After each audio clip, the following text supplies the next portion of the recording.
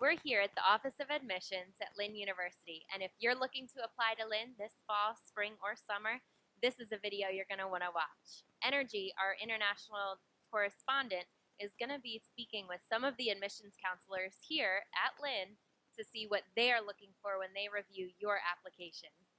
What exactly do you look for when you're reviewing applications? When we review applications from international students, we look for a couple of things. Main thing is we look for what type of educational system they're coming from. We have a lot of international students from many different places in the world. We look for quality of education. We also look to see what type of leadership opportunities they have had and what kind of involvement they've had in terms of their communities and at their schools.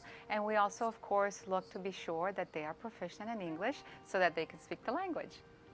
The applications in the U.S. For specifically at Lynn University are viewed on a holistic way. So we don't just look for a specific number for students, but we look at the student as a whole. Well, whenever I get an application from a student, the first thing I always do is I go ahead and read their letter of recommendation and their essay. I find that that tells me the most information about the student, so I can get a better feel for the student and where they're coming from and what their background and situation is. Plus, it's usually fun to read all the things that they've written about themselves, at least in their essay.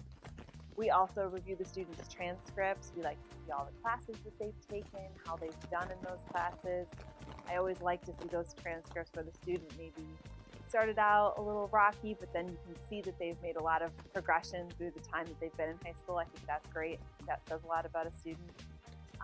This year, Lynn has gone test optional for SAT or ACT, which a lot of students have really been happy about because it kind of takes a little bit of the stress off when they're applying to Lynn. If maybe testing isn't what they're good at, they can just not have to submit those scores when they apply.